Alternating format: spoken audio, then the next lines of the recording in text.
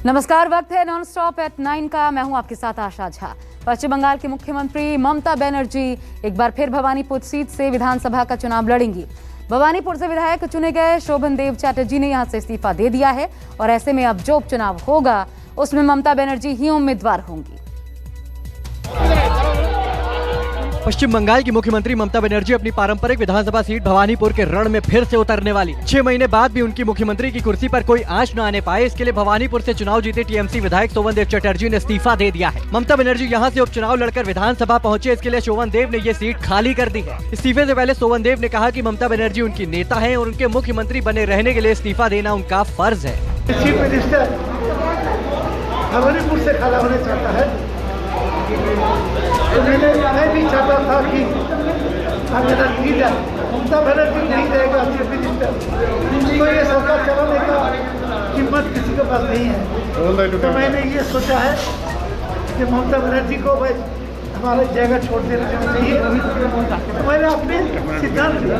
पहले वो राजबेरी क्षेत्र से चुनाव लड़ रहे थे, उसके बाद उनको भवानीपुर क्षेत्र जहां से ममता बनर्जी का जीतने का उम्मीद नहीं, उस टाइम पे उतना नहीं था, तो अचानक उनको डाल दिया इस क्षेत्र में। जब वो जीत गए, अभी ममता बनर्जी को फिर से इधर से चुनाव लड़ाने के लिए उनको भागा दिया जा रहा है। तो इससे दो चीज साबित हो जाती है कि एक लोगों का जो परेशानी है, इनको लेके तृणमूल का कोई ऐसे सरदर्द तो है ही नहीं, उनका कोई दायित्व है ही नहीं। नंबर 2, सीनियर लीडर्स का कोई वैल्यू नहीं, वो जस्ट खिलौना टाइप का ही है ममता बनर्जी और अभिषेक बनर्जी को छोड़ के। विधानसभा से पूर्व विधायक बने शोभन देव पर क्या इस्तीफे का दबाव था? विधानसभा अध्यक्ष विमान बनर्जी ने कहा कि उन्होंने शोभन देव से ये सवाल पूछा, लेकिन ऐसी कोई बात नहीं थी, लिहाजा इस्तीफा कबूल कर लिया। किसी को प्रेशर नहीं है, कोई आपको कुछ नहीं बोला कि आपको करना होगा, ये आपको छोड़ना होगा, कोई नहीं बोला।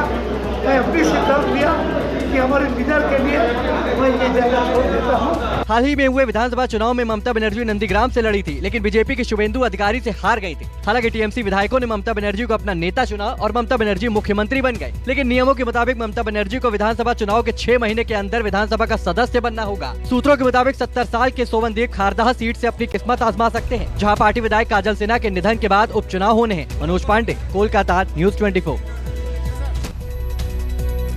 इधर कथित टूल किट मामले ने एक बार फिर से तूल पकड़ लिया है। संबित पात्रा के ट्वीट को मैनिपुलेटेड मीडिया बताने पर सरकार ने ट्विटर से कड़ी आपत्ति जताई है। सरकार ने कहा है वो जांच की प्रक्रिया में दखल न दें। इधर ट्विटर के इस एक्शन ने कांग्रेस को बीजेपी पर हमले का नया हथियार थमा दिया है। कांग्रेस को घेरने के लिए बीजेपी प्रवक्ता संबित पात्रा ने जिस कथित टूल किट का खुलासा किया, अब पात्रा खुद उसमें ही घिर गए हैं। ट्विटर ने बीजेपी प्रवक्ता संबित पात्रा के ट्वीट पर एक्शन लिया है और उनके ट्वीट को मैनिपुलेट मीडिया घोषित कर दिया है। साफ है कि ट्विटर ने संबित पात्रा के दावे को गलत माना है। इधर ट्विटर की कार्रवाई के बाद एक बार फिर कांग्रेस ने संबित पात्रा और बीजेपी पर हमला बोला। पार्टी प्रवक्ता पवन खेड़ा ने आरोप लगाया कि कांग्रेस पार्टी लोगों की जान बचाने में जुटी है, लेकिन बीजेपी सिर्फ प्रधानमंत्री की नकली छवि बचाने की चिंता में डूबी है और सरकार सिर्फ विपक्ष को बदनाम करने की साजिश रच रही है।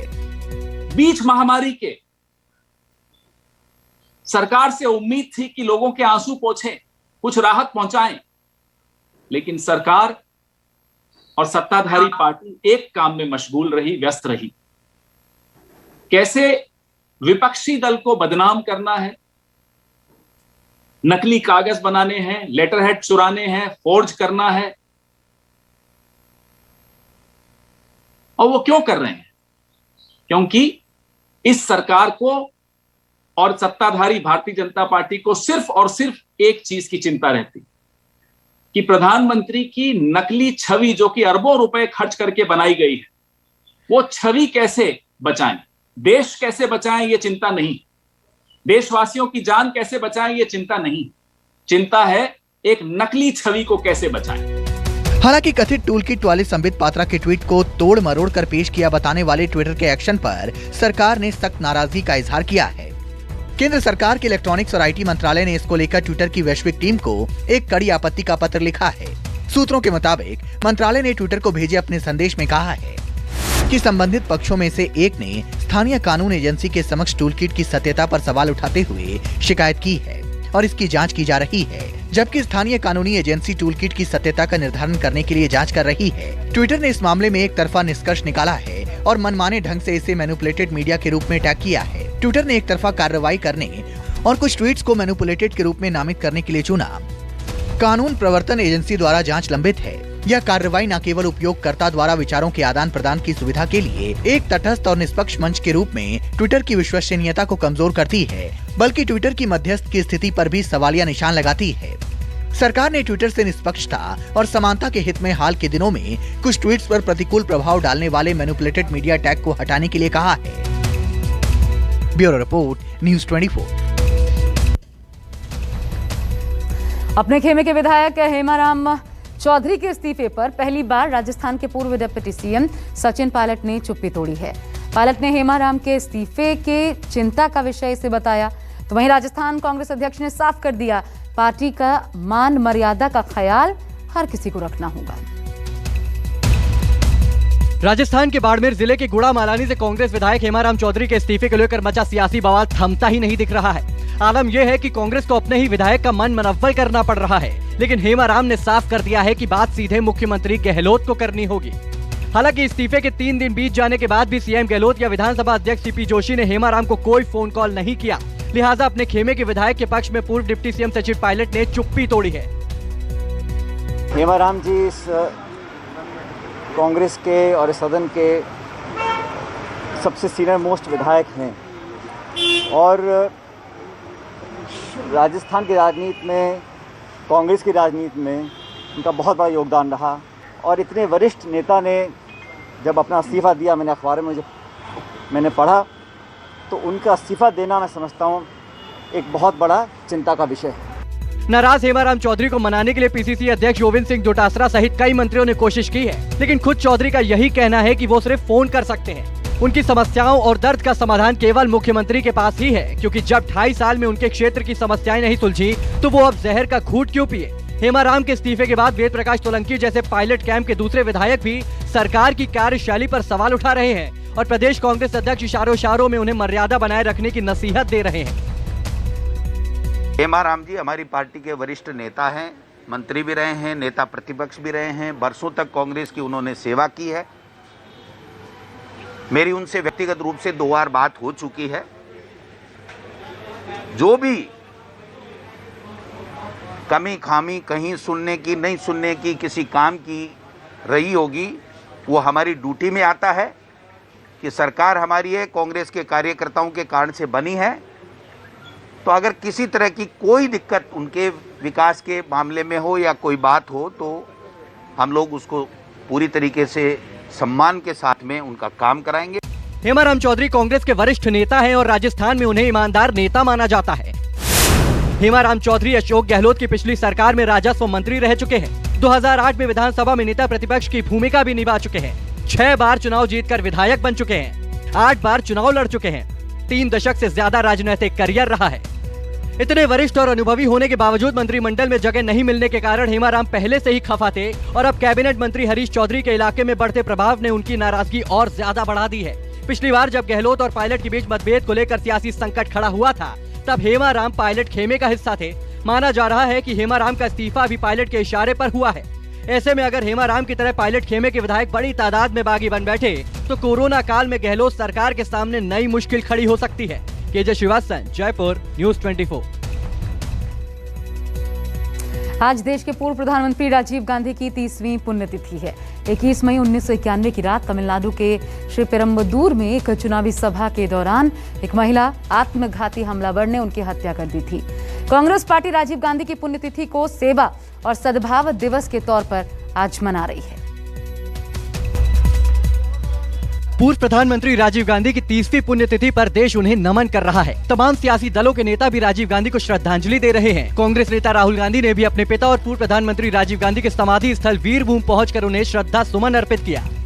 इससे पहले राहुल गांधी ने राजीव गांधी की तस्वीर शेयर करते हुए ट्वीट किया, सत्य, करुणा, प्रगति।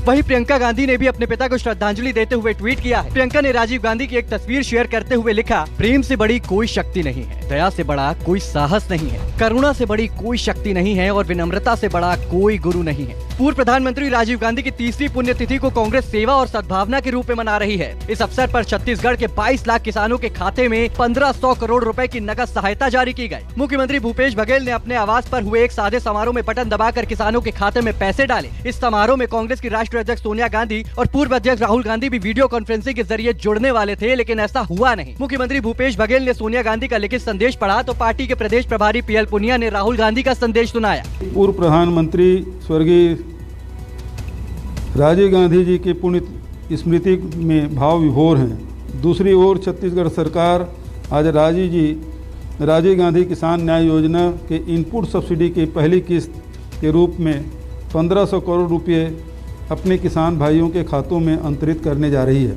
इस आर्थिक संकट के समय में ये जो धनराशि मिल रही है, इसके माध्यम से बहुत से जो छूटे हुए काम, जो अधूरे काम, वो पूरे हो सकेंगे और एक बहुत ही महत्वपूर्ण एक काम धनराशि उनके मिलेगी। महाराष्ट्र विधानसभा में कांग्रेस विधायक दल के नेता और उधर सरकार में कैबिनेट मंत्री बाला साहेब थोरात ने भी पूर्व प्रधानमंत्री राजीव गांधी को श्रद्धांजलि दी। राजीव जी ये भारत रत्न थे और सिर्फ नाम के नहीं, तो उन्हें उस तरह से देश को आगे ले जाने के थोड़े समय में उन्हें जो कोशिश की थी, 21वीं शताब्दी की तरफ देश को लेके जाने का उनका संकल्प था, उसको पूरा करने का काम राजीव जी ने उस समय किया और युवाओं की प्रेरणा थी। देश के प्रति उनकी पूरी संवेदना और देश को आगे बढ़ाने का संकल्प उनका जो था, वो उन्हें पूरा करने का काम किया।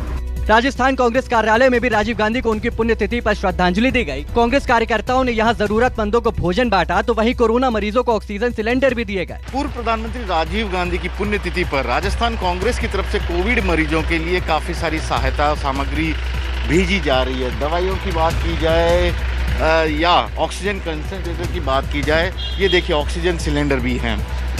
जिन लोगों को ज़रूरत है या जो होम आइसोलेशन में रहकर काम कर रहे हैं, उन लोगों को इस तरह की तमाम सुविधाएं दी जा रही है। और ये देखिए सैनिटाइजेशन, गली मोहल्लों में जाएंगे और इस तरह से सैनिटाइज करने की ये लोग अपनी ओर से पूरी कोशिश करेंगे। तो सर, आज राजीव गांधी जी की पुण्यतिथि पर आप लोगों ने एक बड़ा अभियान शुरू किया है। देखिए, राजीव गांधी युग दृष्टा थे, भारत रत्न थे, देश के प्रधानमंत्री थे, जिन्होंने 21वीं सदी की परिकल्पना की थी।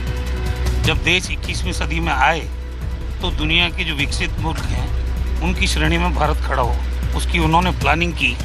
वो संचार क्रांति के जनक थे। उन्होंने सत्ता के विकेंद्रीकरण के, संविधान के संशोधन के माध्यम से बहुत बड़े बड़े फैसले इस देश के अंदर किए। आज इतने महान नेता का आज पुण्यतिथि है, तो उनकी स्मृति में आज कांग्रेस उनको याद कर रही है और जन सेवा के कामों के माध्यम से। कुल मिलाकर राजस्थान कांग्रेस की ओर से एक राहत सामग्री वितरण की भी अब कोशिश की जा रही है, ताकि सत्ता और संगठन के बीच में जो भागीदारी निभाने की बात हो रही है वह पूरी तरह हो सके।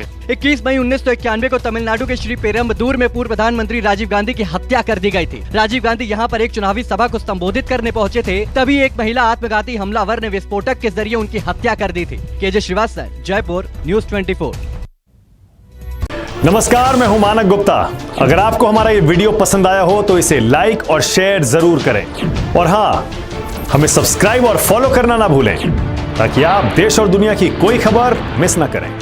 चाहे कोई ब्रेकिंग न्यूज हो या कोरोना वायरस से जुड़ी कोई भी अपडेट, पॉलिटिक्स हो या आपकी जेब से जुड़ी कोई खबर, इलेक्शन की कोई न्यूज हो, कोई कंट्रोवर्सी हो या फिर कोई वायरल वीडियो, सब कुछ मिलेगा News 24 पर। तो जुड़े रहिए हमारे साथ और देखते रहिए News 24।